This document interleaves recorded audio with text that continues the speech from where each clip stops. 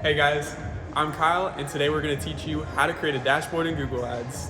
All right, guys, let's hop right into it. So, first thing you got to do, open up your Google Ads account, and then you're going to go to the top right-hand corner, and you're going to click on Reports. Once you click on Reports, go ahead and select Dashboards. And once that's loaded up, you'll see that we already have a dashboard that's created. So any dashboard you create will show up right here. If you want to create a new one, which is what we're going to be doing right now, is you hit the blue plus button. All right, so to create a new dashboard, there's 3 components. You can either create a note, a report, or a scorecard. So let's show you what a note is. Test. So we're just going to type in anything right here. This can be used to describe a scorecard or a report that you've created in here, and it just gives a little extra context. So that's how you create one of those. Next, we're going to create a scorecard, and we'll name it Performance.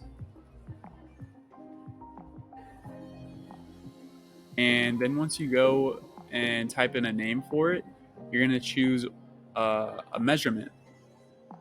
And what we're going to do is click clicks, and this is going to show how many clicks that we received during this time period in the report right over here.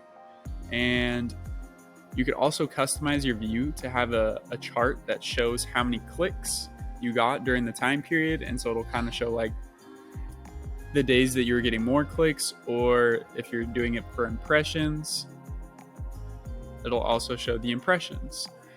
Right now, what we're going to do is we're going to check all of these. And so if you do a date range that lets you compare, so this week versus last week, then it'll show you the percent change, and absolute change shows you absolute change. So we're going to add that to our dashboard.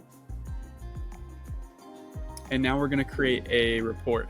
So you can use like saved reports or the generic ones that Google gives you, but what we're going to do is create a new one. So click New Report, and then you're going to go into the level of detail, right? So for me, I like to do a search term report. So I'm actually going to type in search term in that top bar right there. Select search term, and then it's going to go in the row. So you can see right here, search term. And now I'm going to select what metrics of that search term we want to report on. And I want to report on clicks, impressions, and the click-through rate, as well as the average cost per click. So now that I've got those in there, I can add it to the dashboard, and I'll give it a name. So search terms.